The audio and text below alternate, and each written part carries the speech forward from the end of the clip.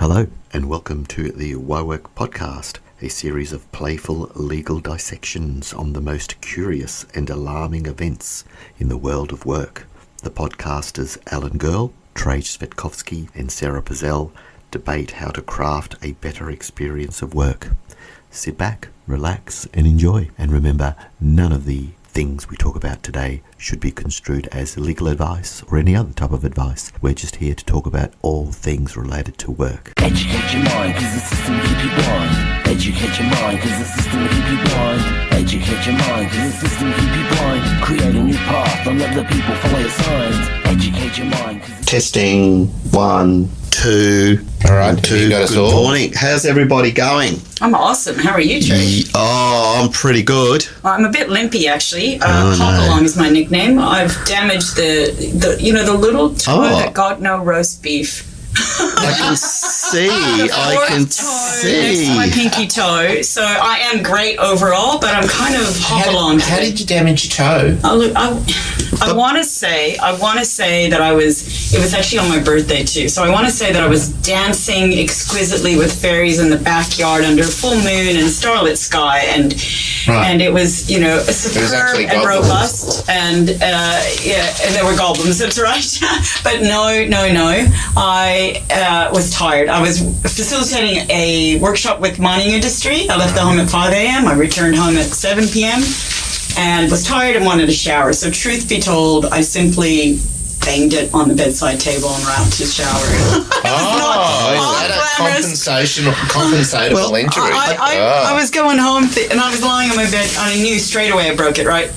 I felt nauseous, autonomic nervous system, my brain's going, right, check, okay, you've broken this. And I just laid on my bed and thought, for one moment, I allowed myself to feel sorry that on my birthday, that was my day. You must have kicked it pretty hard to break it. I'll tell you, when I do things, I go hard, I go all in. Well, I must say, I've noticed one thing. Yes? That your nail polish matches your bandage. Oh, thank you. I can't. Thanks. That's right. That does. But I can't redo my pedicure. It's all getting chipped here. You know, when I'm balanced, when I come into these sessions and my pedicure is really on par, and so imbalance means chipped toes. Right now it's a little chipped, but we'll get there. We'll get there. I'll regulate. Blue on blue. Thank you. That's wonderful. There we go. See, look at that. There's the buddy bandage. Wonderful. See, always immaculately, color coordinated. It was a bit of luck, but I'll take that. Go there for we it. go. And how are you, Alan? Alan, how are you? I'm going well. Now, we've got some topics to talk about. Yeah, but before we do that... Wait,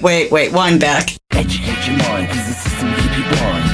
So, Traj, Alan, there's a case we've been reviewing in our organization when we're looking at education, and this is the flip side of somebody who is a bit cheeky testing these boundaries. He's a full-time teacher at primary school, okay, and applied for a review of a decision made by an appeal panel on the 1st of August 2023 regarding a sanction imposed on him. And this sanction in October 2022 was a written reprimand and financial penalty. The dispute arose from an incident in 2021. Mr. Duncan, during a one-on-one conversation with his supervisor, working from home, remote, paused at the end of that conversation, lifted a cask of wine, I understand, drank from it, and was subsequently sanctioned for violating codes of conduct. And you can imagine the argument is like, I'm at home, our conversation is called, he went glug, glug, glug, glug, glug.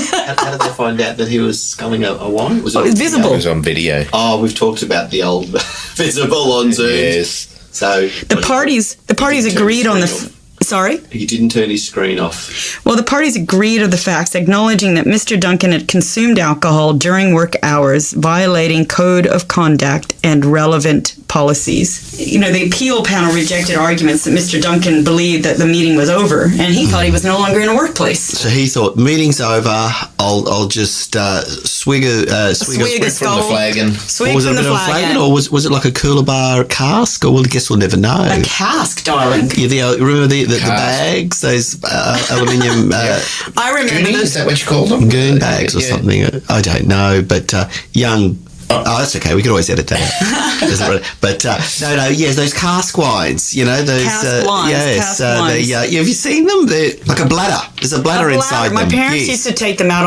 on picnics when we were. Are you kidding? We'd travel back. I guess you wouldn't have glass breaking. It's a good health and safety consideration. We used to travel back and forth to Australia and the US, and I remember as a kid, one of the times we were in Australia, they would get those little flagon and the little very Australian. The bladder wines. Coolabah, I remember as a child, I'd see people at the creek or wherever river drinking from a cardboard. But a flagon's different, Alan. A flagon's like a bottle, like a sherry bottle. Those large I was thinking bottles. of the bladder and the box, right? Because I think bladder 40s. What do you guys call it in the US? 40s. 40 ounce, man. I don't even drink. Are you kidding me? 40 ounce. You've gone out with me. I'm like lightweight, man. Yeah, you are lightweight. Don't advertise that. I end up having half your wine. Cheap date. Don't advertise that. So hang on. Let me get back to this. Okay. So the outcome. You've had a few cocktails with me.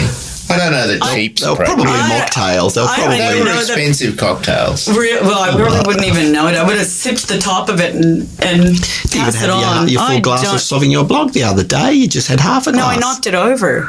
Oh, that's right. I knocked it over, and I had not even the side of the edge of the drink. Yes. No, okay. So the commission found that the employer had the duty to ensure a safe workspace, even in a home setting. They upheld the sanction. So application for review was dismissed. The decision of the appeal panel was affirmed, and there was a sanction against this teacher, and it was considered lawful. There was a violation of code of conduct and relevant policies regarding alcohol consumption during work hours, time. Even if you're at home, right? So I can count on one hand this entire year. Well, it's only just started. How about last year? The entire last year that I would have had even a sip of wine, hardly at all. But for some people, if it's culturally embedded in their practice, they might not even view this. And that's when I go back to the cultural perception matters. The cultural perception of workload in Thailand might matter to the cultural perception in Western world. The cultural perception of having wine, if you're in Spain, in the Basque country, that's the lunchtime long lunch. It's less complicated than that. Tell me. It's as basic as it's this simple. And you said it before. This person is working. Stop. It's irrelevant that this person is working from home. This person is working, and the code of conduct clearly stipulates no consumption of alcohol. I bit before. We don't choose to drive on the left-hand side of the road. You don't choose to drive on the right-hand side of the road in America. You are ordered. You are designated. You are directed. It's no right. You must. No may, not coulda, shoulda. You have to. On this occasion, and I know I sound like the prosecutorial all over again. Yeah, he's coming back to old form here. Yeah, I'll simply say this. Listen, mate, I know it could have been tempting to, scull a, half glass or whatever, or sip a bit of this. And, Lord knows I've thought about opening up a coldie in between Zooms. However, I haven't. So Have you never? Never. It's probably due to paranoia, but never. Because he is a little anxious. Remember to live is to be anxious? That's strange all over. But don't worry, the idea of having a lovely hopposphere at the moment I'm drinking, it's a wonderful beer, hopposphere. It takes you to another dimension. I'd love to crack open a coldie and pour that, but I wait. Okay. I wait until after hours. So, look, let's get back to basics. The code said what? Don't drink. I think, though, when we have a radical change in the way that work is orchestrated and the locations of work, the geography of it, I think it behooves us all to go back to say, what are the assumptions that we need to unpack and help support people so that these are not misconstrued. That's all I'm saying.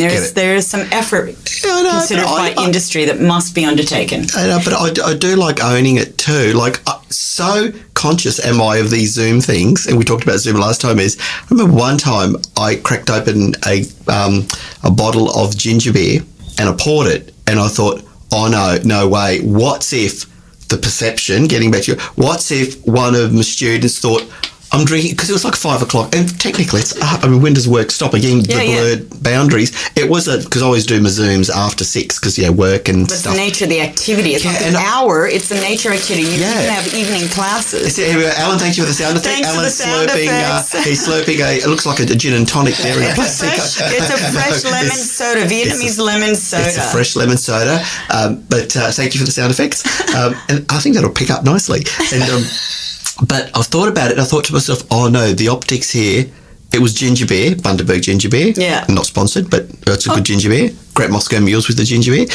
But I didn't. I ended up just having a water. But of course, that Water fellow, could be vodka, right? You never know what you're drinking. Unfortunately, a sad indictment of social decay. I saw a fellow in a backpack buy a bottle of wine and he poured it into his drink bottle, so it looked like he was sipping on a sports drink, but it was alcohol. I saw it. So people can get around the optics. It's just that I thought the perception of it was, but clearly if somebody wanted to drink during work hours, they would pour their wine into a gym flask. You wouldn't know. I can't Culturally, for your parents and your grandparents, drinking was a normal thing. Of course. Yeah, like I said. Wine on the table, you wouldn't, I can't remember. Fast it's very country, European. Italian. Come on, let's keep going here, right? And I'm just thinking, I cannot even remember the last time I've ever had a cocktail. It must have been a mocktail, or I let you have your cocktail. and with the number of cocktails Alan might have downed, you might not remember. Yeah. Just for the record. Just for the record. Come on. And you know what I'm proud about this? It's that I didn't bring up alcohol. It was Sarah. But hey, it's a I case. didn't drag you into this. It's a real case, and this is what we talk about: is the boundaries, the things that we assume might not happen, get tested in law, and we've got to pull this up to look at how to reconstruct and redesign work. All right. How are we going to fix this? How are we going to fix this situation? First of all, Turn the camera off. Pour into a flask. That's right. That's the rebel in you right there. No, it's the lawyer in him. And the lawyer, that's right. No, but I mean, seriously, we've just been talking about that. We've got to pull up what are the cultural assumptions that are made and have to have full disclosure. It's conversation, it's communication. And why did he admit it was wine? He could have just said it was iced water. Well, he needed to call you, Alan. All right. Anybody listening right now that's a little concerned about their Zoom experience, call Alan. He's ready to not like defend he was you. breathalyzed. Although, you got to be from Tasmania soon because it looks like he's traveling there. Yeah, well. Oh, the lovely wine in Tasmania. Oh, beautiful wines, beautiful gin, beautiful scotch. Salamanca. Oh, the gin's sensational. They're just near the... Oh, my gosh. You see, there you go. Near the wharf there, just where the yachts are. I was on TV recently for the gin festival. Yes. Oh. Is it on YouTube? It is. Good. Please send me the link. We'll send the link. I'd like to see this. No, seriously, this is one good reason to go to Tasmania: the food and the drink. I'm ready to visit. I'll go visit. We'll visit. But I'll be out of the cold real fast. But yeah, it's really important. See, it's not about the code of conduct, and I know I carried on about that, and it's not about the punitive measures and the sanctions imposed. It's a bigger conversation. It's broader than this. Yes, this person could have easily lied. No one's going to breathalyze them. The police didn't rock around. Could have easily poured the wine, as I said, in another bottle. So this person chose to tell the truth. It's almost as though it was deliberate to inflame the situation. That's how I see it. It sounds rebellious to me that he's on purpose testing the boundaries. But hadn't thought that their pay would be reduced. But also think about this, guys. It's when somebody gets to that point, what's happened underneath that is that maybe they have been why they're rebellious in the first place. Yeah, subject to too many demands, right? Subject to no autonomy, no ability to have influence and agency over their role. So you've got to unpack this rather than just blaming a person. Some people are just naturally rebellious. Imagine being Trajce's boss. I mean, it must be hard. It must be hard. No, they're listening. My boss lost this show. But the thing is... Hi, Andrew. It's Andrew, right? Hi, Andrew. Hello. The thing is, good on you, Andrew. No one else would have him. Good on you. Thanks a lot. No, the thing is, though... Oh, stop it.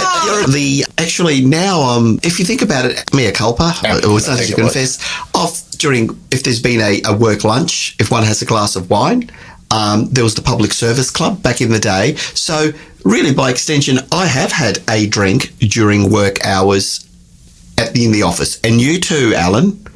What? I've never had a drink in the office. No, not in the office. I'm talking about out at lunch somewhere. You've had a drink and you've gone back to the office. So this does need to be talked about because, what are the expectations? Let's make it transparent, right? And side note, I've met Renee and she's amazing. And that is definitely first wife. Strong coupling there.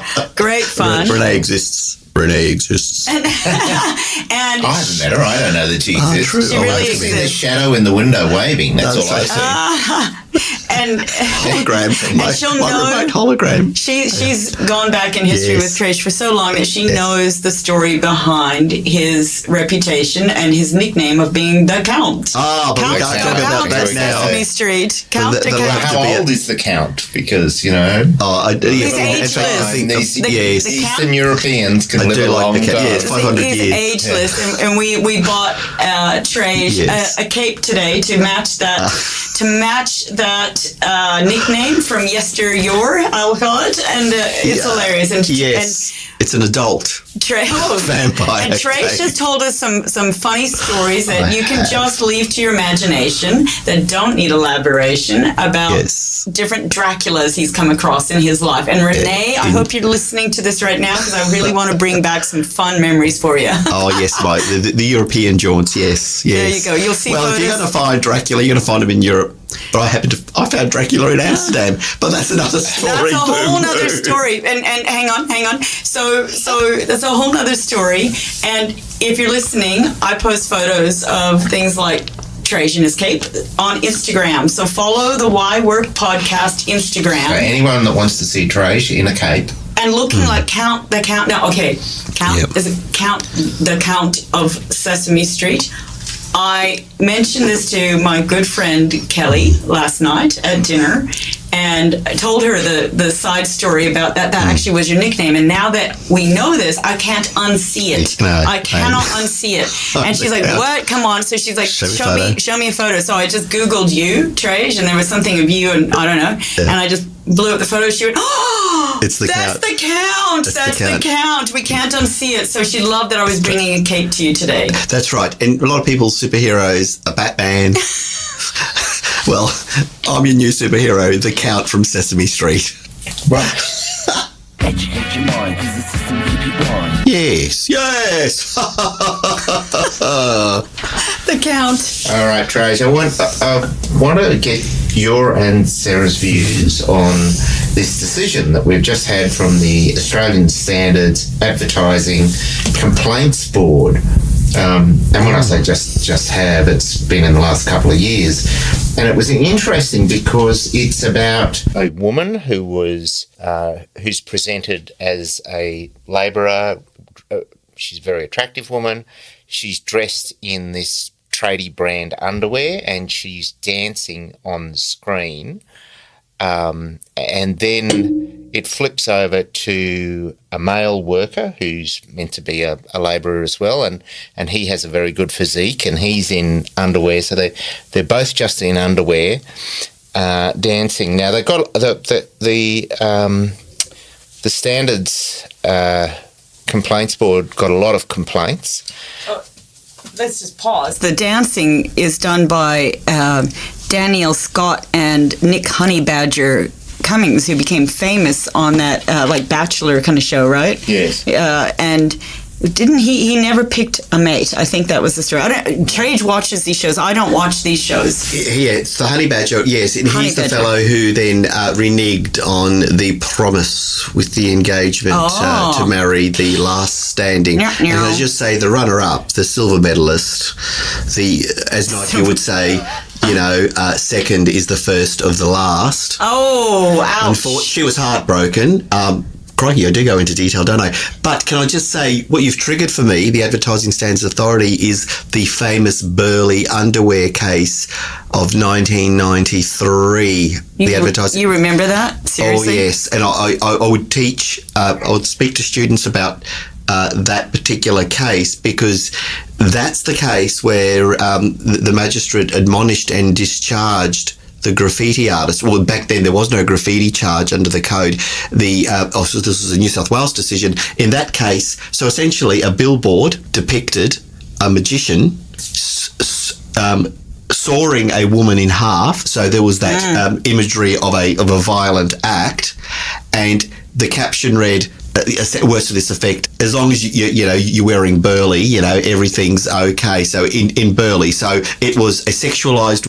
So these young students, I believe they were, climbed the billboard, risked life and limb, and they wrote, even if you're being, mutilated, or words to that effect. So they were prosecuted. Where are you burly? Okay, I'm glad that you were very objective about it. So they were prosecuted. Before you go to your story, they were prosecuted. But for me, it was not so much the act, because that was clearly a politically motivated act. These students were outraged, being mutilated on billboards by the corporates, but it was the magistrate's decision. So in this ad, I've watched this YouTube video that you circulated, right? Mm-hmm. We've got just as the two of you, not more broadly. Yes.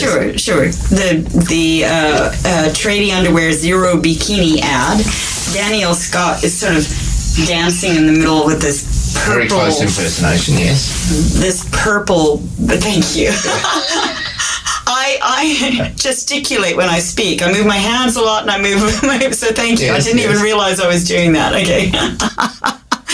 So Danielle is dancing with this sort of purple laser background, and her hair is blowing perfectly, and then they show the honey badger. He's using a blower to blow her hair. And so what do? They as in a lawn blower. Yeah. And they swap roles, and then she's holding the blower, so honey badger's sitting centrally in this video, and his curly hair is kind of blowing, and he's got his headband on. Okay, so tell us about this judgment. So there was a lot of complaints, and some of them quite emotive, but I'll just give you an example of one. It says, it depicts an underweight woman, which is not a good role model for a woman of any age. As a woman, we are already fighting for our reputations in a industry heavily dominated by males. I find this so offensive and cringe when I see it. Please remove it immediately.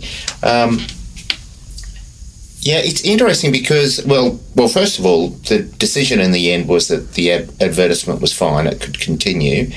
But in the advertisement, it depicts both her and him, so both of them wearing the Tradie branded underwear, and both dancing in front of the fluoro screens, and both being blown with the leaf blower in front of the screens. What are your thoughts? First of all, acknowledging that, the decision of the complaints board was that the advertisement could stay. And the decision was underpinned by what? What's the rationale? Well, it wasn't on during children's viewing, so it was supposed to only be played during adults viewing, and the words used. So the advertisement had been prepared with due sense of social responsibility, and that it wasn't overtly salacious or in a sexual way. So, I need to say something, like, coming from the US, again, I talk about these cultural dimensions, right? We've just talked about in Thailand accepting work rhythm as though it's just part of your daily life. I am a teacher, I am a barista, I am whatever, and it's just part of you without too many boundaries, and everything is multiplied, and you've got some sense of acceptance to enable happiness. Culturally, you're talking about the ads, and that this was considered to be confronting by some viewers. And it was probably deliberately meant to be confronting. It's to get attention. But I recall coming from the United States to Australia as a child. We went back and forth, and I remember thinking, oh my goodness, these ads are hilarious, and there's no way this could get across some of the US airwaves, right? And I loved it. It was refreshing, right? But I respect anybody's concerns if they're worried about, diminishing the role of a woman, but there was woman and man of, equally shown in their underwear. So I don't want to diminish. So is it two wrongs don't make a right? Is that what you're saying? Maybe that's what their concern is, right? I'm not offended by it. Right? But the product is underwear. The product is underwear. You got to show underwear, right? And I actually thought she looked healthy and strong. I didn't find her to be skinny and the underweight. way she spoke as a strong person, not as a timid person. Strong is the new skinny, right? This is something that in the last 10, 20 years and things like CrossFit, whatever, strong is the new skinny. And I thought that Danielle looked strong in this. But okay, somebody was offended by this, and I appreciate and respect that. What do you think, Trajce? I mean, there was There was no saw in this. Does that get it over the line? Yeah. Well, the thing is, I'm still trying to. I think I'm still trying to find it. However, I went down a rabbit warren. Hang on, this was a complaint raised by the New Zealand Advertising Standards Authority, but no, both across the pond.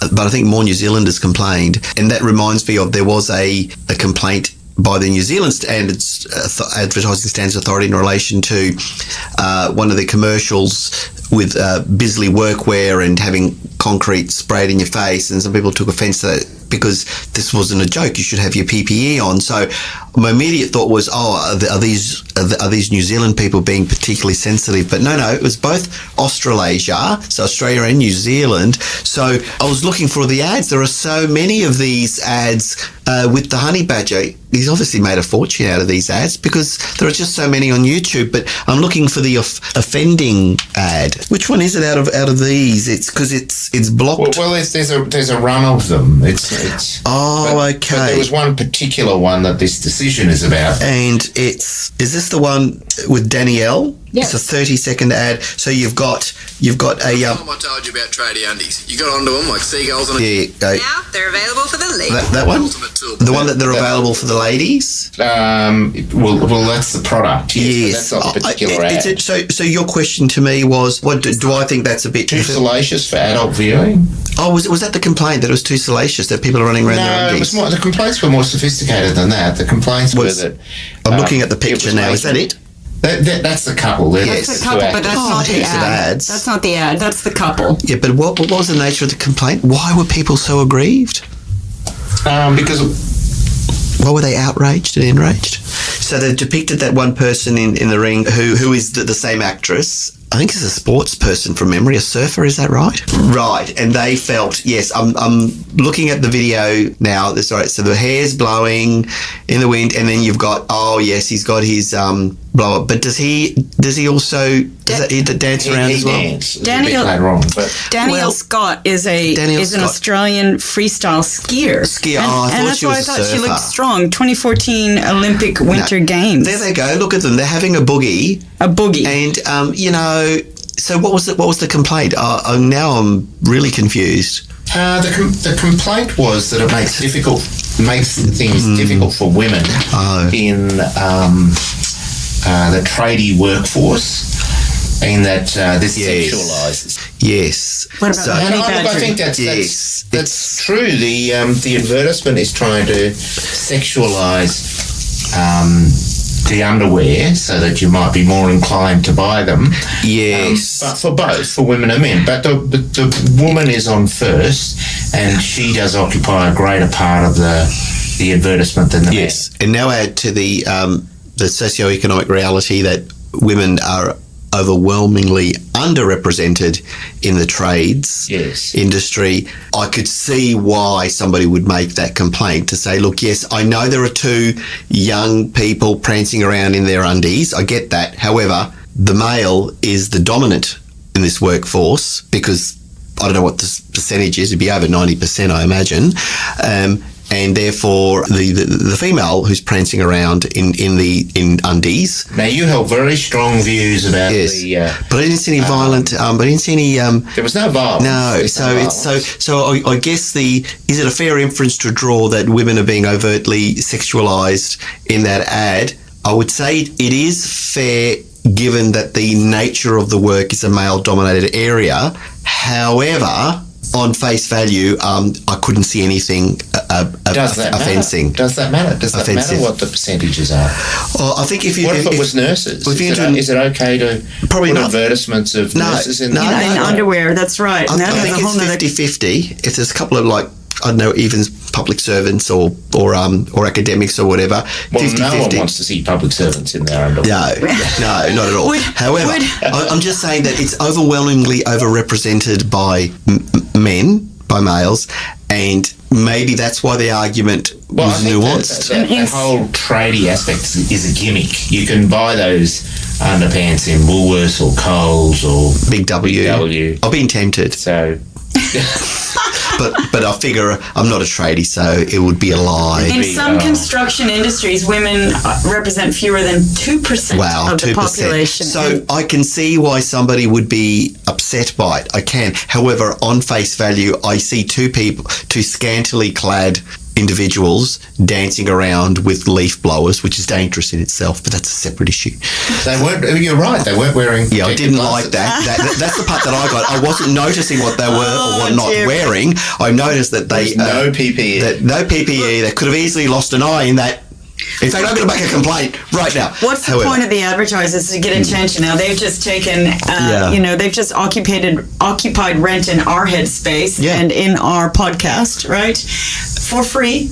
They've inserted themselves because it's something provocative, something to talk about, something unusual, and that's the point of the advertisement. Are they really going to sell underwear showing it on a mannequin? You know? Yeah, but I'm so desensitized to it now, where people are freely wearing not much, that on face value, I couldn't see anything prima facie, to use offensive. I just couldn't toward women. I just couldn't. Trajce has been in Amsterdam, and men were wearing capes and not much else. So, we've got all kinds of...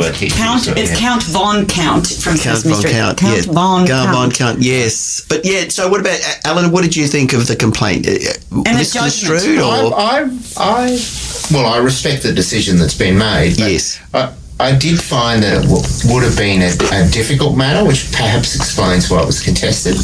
And particularly when you look at the advertising industry and the way that they operate and perhaps need to operate. That's why I was interested to hear what your views were. And Sarah, just to recap, just remind me, did you find that the imagery particularly offensive toward women? And overtly sexualizing them, and I saw it as humor and strength. That was my but that's my filter, and I recognize that I have filters, right? They were trying to make fun of the honey badger there too, right? So he was making a mockery of himself, having his hair blown. I would have issue if, for example, the honey badger, which wouldn't make sense because it's not the ad, was not in his tradie undies. And also if, for example, he didn't dance around, like have a bit of a boogie, I'd be thinking, well, clearly the focus is on the female. However, it seemed to me that it was evenly balanced in terms of both not wearing much and both dancing around like... They're both Caucasian. We haven't addressed inclusivity, it's diversity, right? So you can go... depending on what filter you want to use, you can humor some people and offend others. And we've talked about that many times, with cultural acceptance. So... I think we'd have to say, hang on, if you're asking me from a work design hat versus a Sarah Pizzell hat, right, different question. Work design hat is you've got to run those focus groups, you've got to test and evaluate and see, would that be palatable to different populations? Maybe we're asking the wrong question. Would you buy that underwear? That's probably the question the advertisers are asking. That's the thing. No. Watching that ad, would you buy the underwear? No, that's the thing. It's branding. It's just cementing that in your mind. So that's the, that's the one you choose versus the other brand X, right? It's branding strategy. But you know why that ad is good? It's good for this. Like, that's the type of advertisement that should be at a workplace during a HR training session and getting views, attitudes, opinions and beliefs, rather than just saying, here's our sexual harassment policy, finding out where everyone, like the levels of understanding and comfort. So there is a lot in popular culture that... So right when you say that, Trajce, if that video was played in the workplace, that would be offensive. I can see that immediately. So that's what I said. It depends which hat you're asking me to wear, right, in analyzing this. Yeah. Yes, well, yes, that's right. I agree. Keep talking. We'll end it there, hey? Actually, that's something... Educate your mind, cause the system will keep you blind. Educate your mind, cause the system will keep you blind. Educate your mind, cause the system will keep you blind. Create a new path and let the people follow your signs. Educate your mind, cause the system will keep you blind. Educate your mind, cause the system will keep you blind. Educate your mind, cause the system will keep you blind. Create a new path and let the people follow your signs. In my lifetime, I followed the wrong... We hope you enjoyed that episode of Why Work. You've been listening to Trajce, Sarah and Alan, And if you'd like to know more about some of the things we've talked about today, please subscribe, and we'd be more than happy to provide you with information, names of cases, and other things that may interest you. Please be aware that none of the matters we've talked about today should be construed as legal advice or any other type of advice. We're just here to talk about all things related to work. See you next time. A faker all my life, an authority hater. Educate your mind, cause the system will keep you blind. Educate your mind, cause the system will keep you blind. Educate your mind. You are listening to Trace Vitkovsky, Sarah Bazell, and Alan Girl.